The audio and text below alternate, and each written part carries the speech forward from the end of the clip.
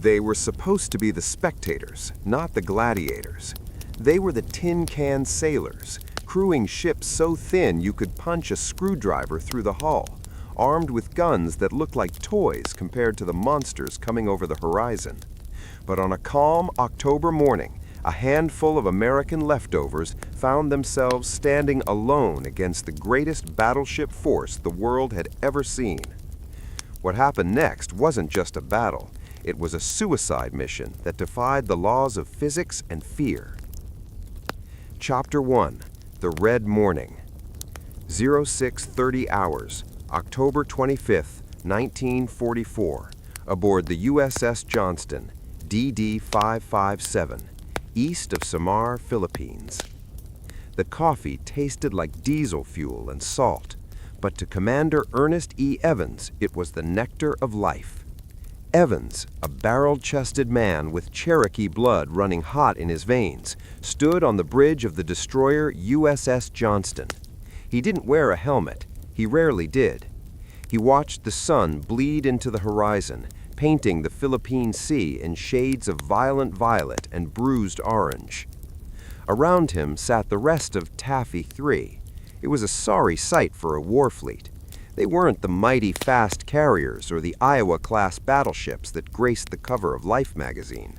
They were the logistics team, the support squad, 6 tiny escort carriers, CVEs, jokingly called combustible, vulnerable, expendable, and a screen of 3 destroyers and 4 destroyer escorts.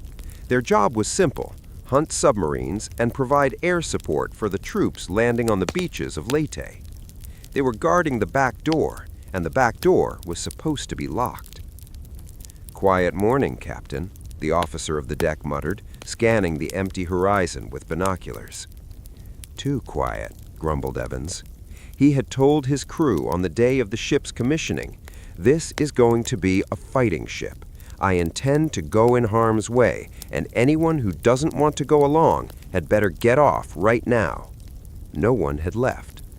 But today, harm wasn't just coming, it was already here. 0645 hours. The nightmare manifests. A radio transmission crackled, shattering the calm. It was from an enemy Avenger pilot on patrol, Ensign William C. Brooks. His voice was pitched high, bordering on hysteria. "I see enemy surface force, battleships, cruisers, moving at speed." On the bridge of the flagship Fanshawe Bay, Rear Admiral Clifton Spragg froze. "Check that identification," he barked at the radio man. "It must be Halsey's fleet. It has to be the 3rd Fleet." Admiral Halsey and his mighty battleships were supposed to be guarding the north. There was no way the Japanese main force could have slipped past them. It was impossible. "Identification confirmed," Brooks screamed back over the static. "I see pagoda masts. I see the biggest meatball flag on the biggest damn battleship I've ever seen." Spragg grabbed his binoculars and looked to the northwest. There, emerging from the morning squall like dragons from a myth, were the dark, jagged silhouettes of the Japanese Imperial Navy's center force. It wasn't just a patrol, it was the apocalypse. Vice Admiral Takeo Kurita had arrived with 23 warships. Among them were heavy cruisers, light cruisers, and 4 battleships, and in the center of the formation sailed the Yamato. The Yamato was a monster. Displacing 72,000 tons, it weighed more than the entire American task force combined. Her 18.1-inch guns could hurl a shell the weight of a Volkswagen Beetle over 26 miles. The American escort carriers were essentially converted merchant ships made of thin steel. A single hit from the Yamato wouldn't just sink them, it would vaporize them. 0658 hours. The decision. The math was simple. The Japanese were faster. The Japanese had longer range. The Japanese had armor. Taffy 3 had none of these things. If they ran, the slow escort carriers would be run down and slaughtered within the hour. If they stayed, they would die.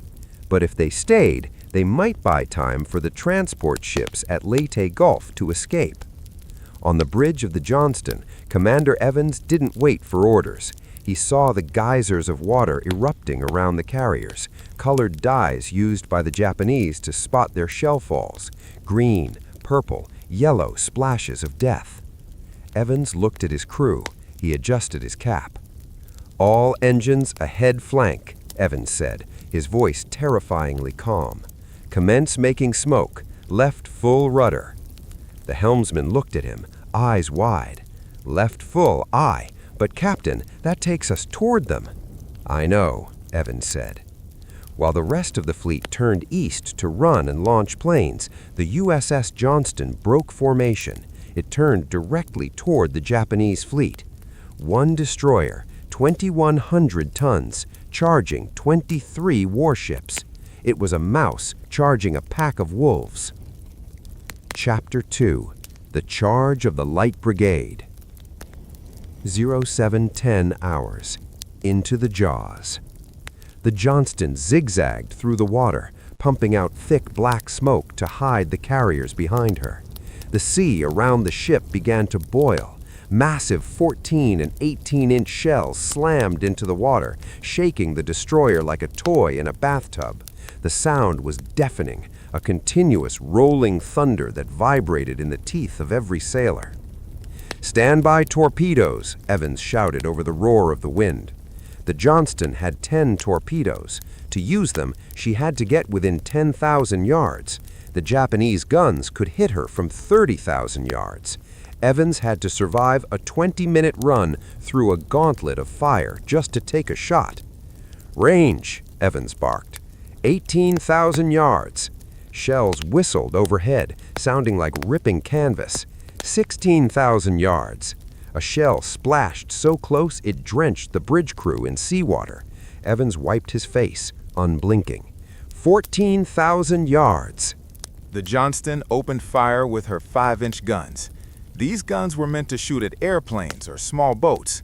Against the heavy cruiser Kumano leading the Japanese line, it was like throwing pebbles at a tank.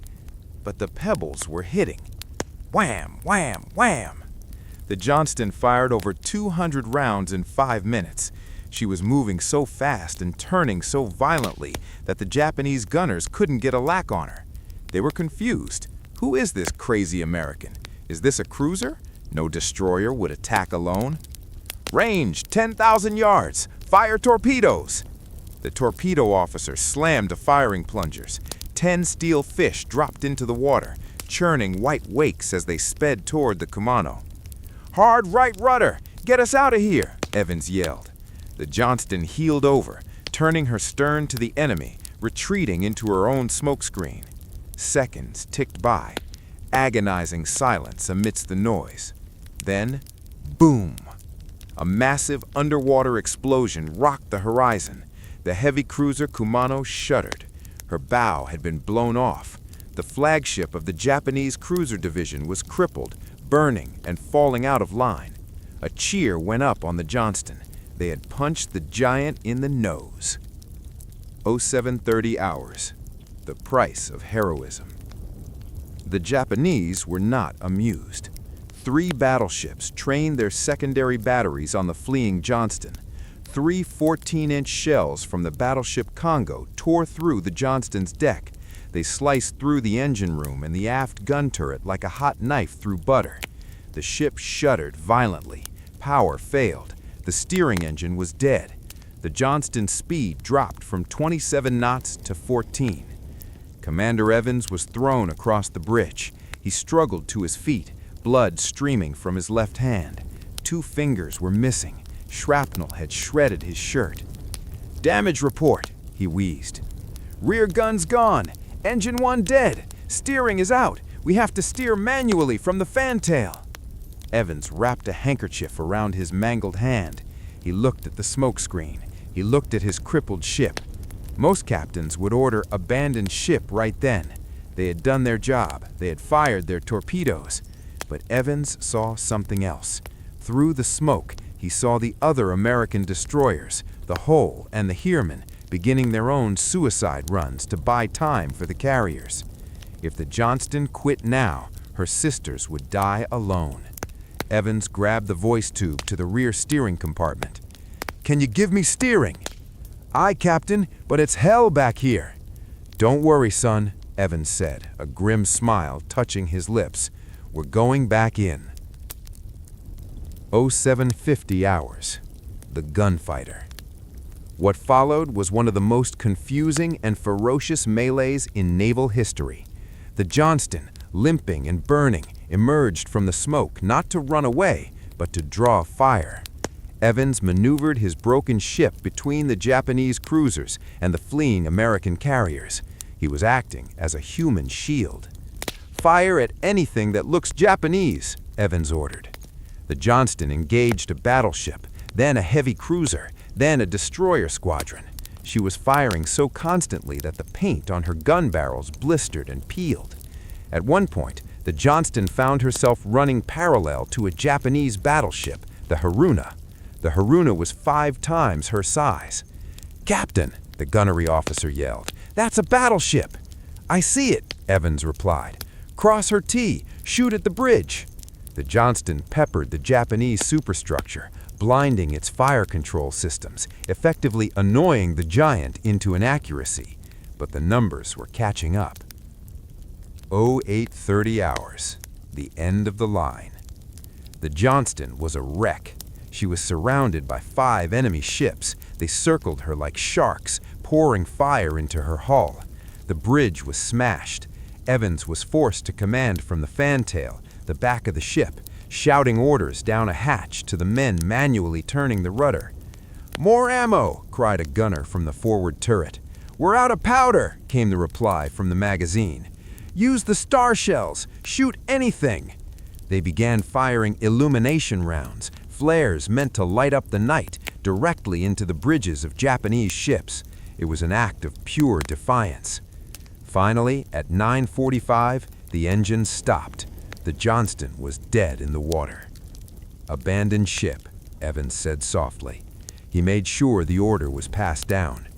As the sailors scrambled into the oil-slicked water, something extraordinary happened. The Japanese destroyer Yukizaki closed in to finish the Johnston off. As it passed slowly by the sinking American wreck, the Japanese sailors on deck didn't cheer. They stood at attention. The captain of the Yukizaki was seen on the bridge, saluting the sinking Johnston. They recognized a warrior spirit when they saw it. Commander Ernest Evans was never seen again. He went down with his ship, joining the pantheon of history's greatest naval commanders. The miracle. But the Johnston hadn't died in vain. Because of the ferocity of the Johnston, the hull, and the Samuel B. Roberts, the destroyer escort that fought like a battleship, and the relentless attacks from the buzzing American aircraft, Admiral Kurita panicked. He looked at the smoke, the explosions, and the insane aggression of the Americans, and concluded that he wasn't fighting a small escort unit. He thought he was fighting the main American fleet. At 10:10 hours, with the American carriers almost within range of his massive guns, Kurita gave an order that baffled historians for decades. All ships turn north. The Japanese fleet retreated. The tin can sailors had won. They had lost ships, they had lost brothers, but they had stood their ground against the Yamato and turned the tide of the Pacific War. Chapter 3. The Little Ship That Could. 0735 hours. Aboard the USS Samuel B. Roberts, DE-413. Position: in the thick of it. If the USS Johnston was a lightweight boxer stepping into the ring with a heavyweight, the USS Samuel B. Roberts was a spectator who jumped over the ropes with a pocket knife. The Roberts was a destroyer escort, DE. She was designed to hunt submarines, not surface ships. She was smaller, slower, max speed 24 knots, and had only 2 5-inch guns compared to a destroyer's 5. On the loudspeaker, Lieutenant Commander Robert W. Copeland addressed his crew. His voice was steady, lacking the bravado of Evans, but filled with a terrifying resolve. "Men, a large Japanese fleet has been contacted. They are 15 miles away and headed in our direction. They are believed to have 4 battleships, 8 cruisers, and a number of destroyers. This will be a fight against overwhelming odds from which survival cannot be expected. We will do what damage we can. Survival cannot be expected. Copeland wasn't lying to them. 0740 hours. The David versus Goliath run. While the USS Johnston was drawing fire, Copeland saw an opening. The heavy cruiser Chikuma was harassing the carriers. "Flank speed," Copeland ordered. "Let's go." The Sammy B, as the crew called her, began to violently vibrate as her engineers pushed the engines past their safety limits. She hit 28 knots, a speed she was never designed to reach. She was literally shaking herself apart to get to the fight. As they closed the distance, the Chikuma loomed over them. The Japanese cruiser was huge, armed with 8-inch guns that could obliterate the Roberts with a single glance. "Range 4,000 yards. Fire torpedoes!" The Roberts launched her 3 torpedoes. It was a Hail Mary pass. The crew held their breath. The torpedoes ran true. One blew the stern off the Chikuma, jamming her rudder and taking her out of the fight. "We got her!" a lookout screamed. But Copeland knew it wasn't over. "Reload guns. Switch to general pursuit." 0800 hours. The barroom brawl. What happened next is arguably the greatest feat of gunnery in U.S. naval history. The Roberts charged closer to the Japanese line. She began trading broadsides with the heavy cruiser Chukai. It was ludicrous.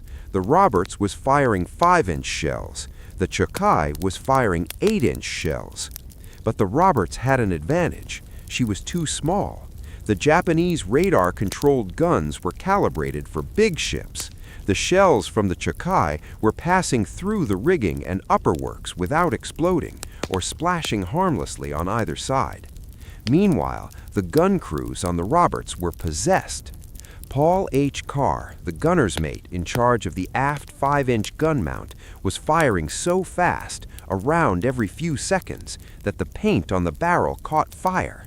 The breech became so hot that shells started to cook off or explode prematurely if they weren't loaded instantly. "Keep firing! Don't let them breathe!" Carr yelled. For 1 hour, the tiny Roberts fought an entire line of cruisers. She fired over 600 rounds. She mauled the Chikoi's bridge. She set fires on the cruiser Tone. She was a mosquito that stung like a viper. 0900 hours. The knockout blow. Luck eventually runs out. The Japanese battleships finally dialed in the range. 3 massive 14-inch shells from the battleship Congo struck the Roberts. They ripped a hole in her side 40 feet long and 10 feet high. It looked like a can opener had been taken to the hull. All power was lost. The ship went dead in the water. In the aft gun mount, the explosion had killed most of the crew. Paul H. Carr was found dying, his body torn apart. But even in his final moments, he was holding a 54-pound shell, trying to load it into the breech of his destroyed gun. He died trying to fire one last shot. At 10:05, the order was given to abandon ship. The Samuel B. Roberts slipped beneath the waves, taking 89 brave souls with her. She had fought for 2 hours against a force that should have sunk her in 2 minutes. Chapter 4. The Bare-Knuckle Boxers. 0730 to 1000. The skies above Taffy 3. The planes from Taffy 3, FM-2 Wildcats and TBM Avengers were not ready for a naval battle. They were loaded with depth charges for submarines or small fragmentation bombs for ground troops. Some had no ammo at all. It didn't matter. Admiral Sprague ordered, "Get the pilots up. I don't care if they have a ham sandwich in their pocket. Get them in the air." The buzzing bees. Lieutenant Commander Edward Huxtable, engaging the cruisers, had no bombs left. He radioed his squadron. "Make dry runs. Pretend you have bombs. Scare the hell out of them. For 2 hours, American pilots played a game of chicken with Japanese battleships. They dove their planes straight at the bridges of the enemy ships, pulling up at the last second. It worked psychologically. Every time a plane dove, the Japanese captains ordered hard turns to avoid torpedoes that didn't exist. This ruined their aim and slowed their advance. One pilot, finding himself out of ammunition, opened his cockpit window and fired his .38 caliber service revolver at a Japanese cruiser. It was futile, but it was the ultimate gesture of go to hell. The Avengers strike. Some planes did have weapons. Avengers dropped depth charges on the decks of cruisers, weapons meant to explode underwater, bouncing off steel decks and causing havoc. One Avenger pilot, Lieutenant J.G. Leonard Newberg, spotted the cruiser Chokai, already damaged by the Roberts. He had no torpedoes. He had a 500-pound bomb. He dropped it perfectly. The bomb slammed into the Chokai's machinery spaces, detonating her own torpedoes. The massive cruiser blew apart and sank. The air attacks were chaotic, uncoordinated, and relentless. To the Japanese Admiral Kurita, it seemed like he was being attacked by hundreds of fresh carrier planes. He couldn't believe this swarm was coming from just 6 tiny escort carriers. Chapter 5. The Giant Blinks. 10:10 hours. Bridge of the Yamato. Admiral Takeo Kurita was exhausted. He had been swimming in the ocean 2 days prior after his previous flagship was sunk by a submarine. He hadn't slept in 48 hours. Now he looked at the tactical plot. Ferocious resistance. The American destroyers were fighting with such insanity that Kurita assumed they were the heavy screen for the main U.S. fleet. Air power.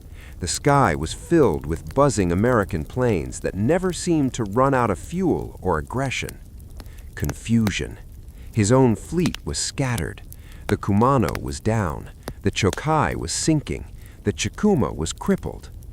Kurita held the fate of the Pacific War in his hands. If he pressed on for just 1 more hour, he would wipe out Taffy 3 and proceed to Leyte Gulf to destroy the transport ships, killing tens of thousands of American soldiers on the beaches. But fear is a powerful fog. Kurita slammed his fist on the chart table. He believed he was walking into a trap. He believed Halsey's main fleet was just over the horizon. They were actually hundreds of miles away. All ships, modify course to north, reassemble, Kurita ordered. The order baffled his subordinates. The enemy was right there. They were winning. But the order stood. On the bridge of the USS Fanshawe Bay, Admiral Sprague saw the Japanese battleships turn their sterns and steam away. "God damn it," a signalman whispered. "They're getting away." "Let them go," Sprague shouted, tears of relief in his eyes. "Let them go." Epilogue. The aftermath. The battle off Samar was over. Against the largest battleship force ever assembled, a small group of tin can sailors and escort carrier pilots had done the impossible. They had not only survived, they had turned back the enemy. The cost. USS Johnston, sunk. USS Hull, sunk. USS Samuel B. Roberts, sunk. USS Gambier Bay, escort carrier, sunk. The only U.S. aircraft carrier sunk by surface naval gunfire in history. 1,583 Americans killed and missing. The legacy. Years later, at a reunion, a survivor of the Samuel B. Roberts was asked if he was afraid that day. He said, "We were too busy to be afraid. We were just doing our jobs. But looking back, I guess we were pretty crazy." The battle off Samar remains the U.S. Navy's finest hour. It is a story taught in naval academies not as a lesson in tactics, because tactically it was a disaster, but as a lesson in the human spirit. It proved that the size of the ship matters less than the size of the fight in the sailor.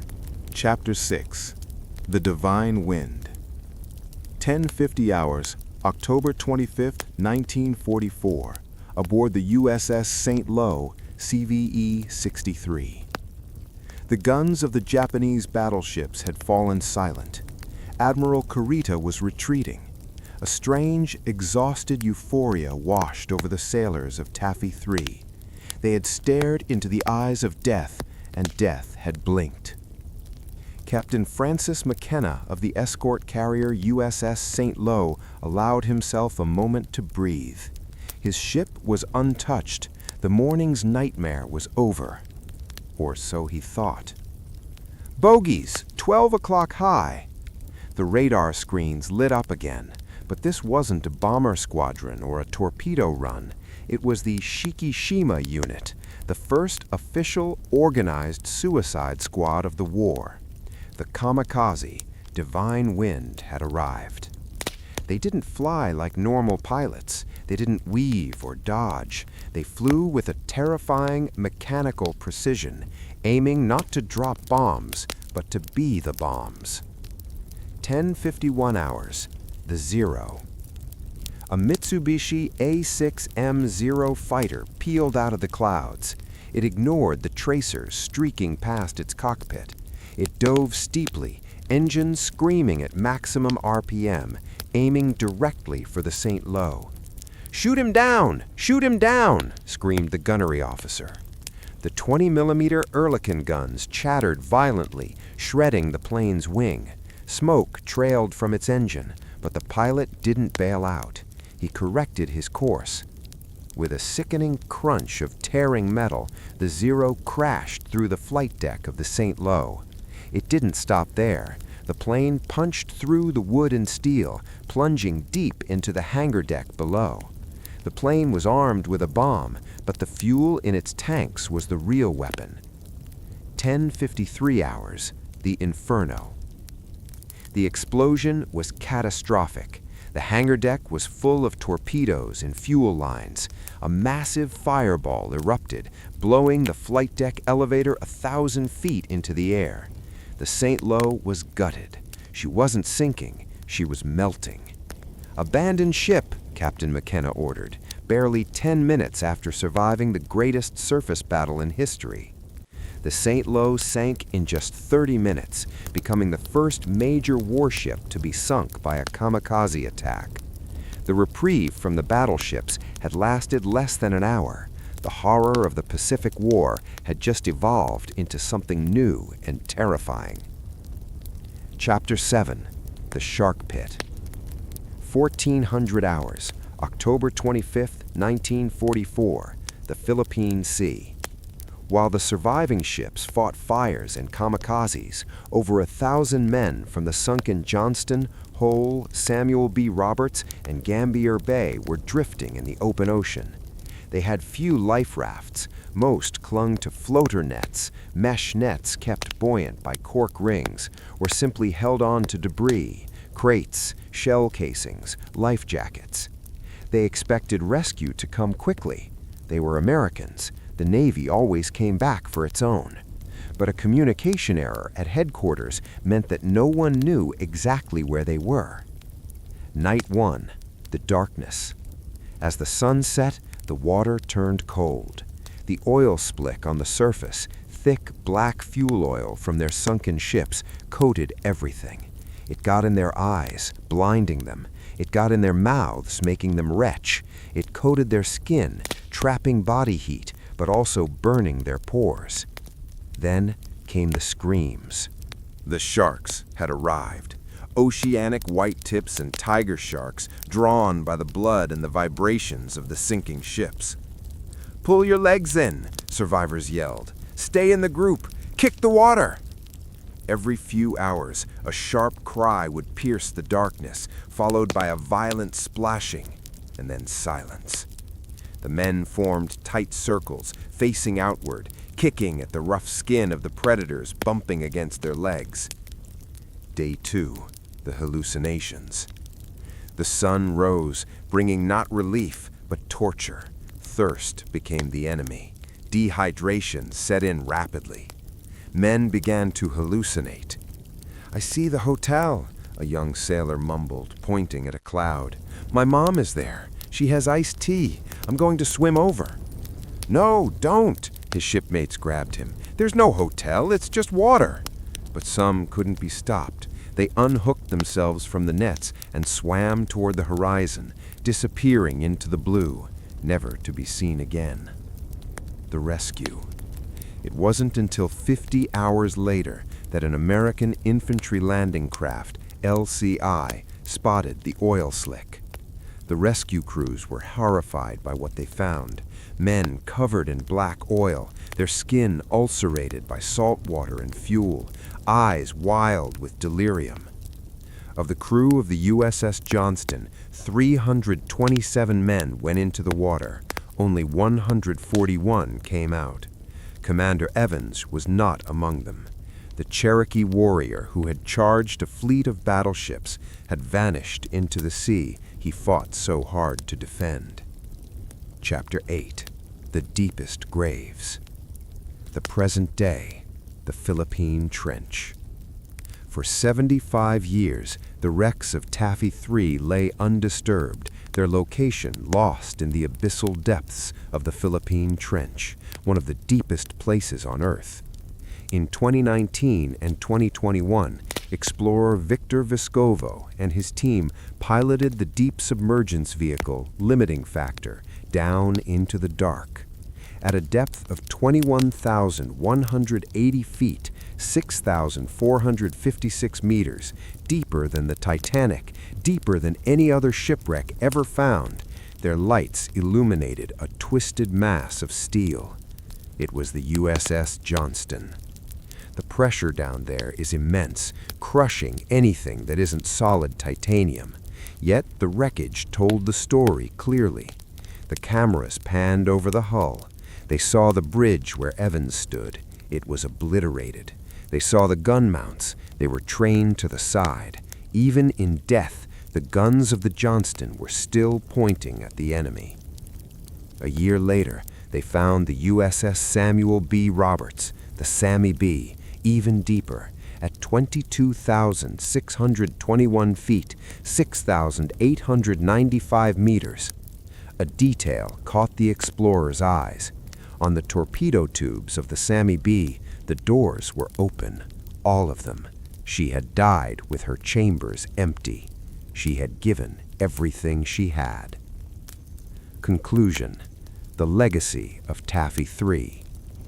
The Battle off Samar is not just a story about World War II. It is the ultimate underdog story. It is the story of ordinary men, clerks, teachers, farmers, placed in an impossible situation, who decided that if they were going to die, they would die making it as difficult as possible for the enemy. Admiral Halsey, who had been lured away and missed the battle, later wrote, "In all the history of naval warfare, there is no more inspiring chapter than the one written by the escort carriers and destroyers of Taffy 3. They were the tin can sailors, and on that October morning, they were made of iron."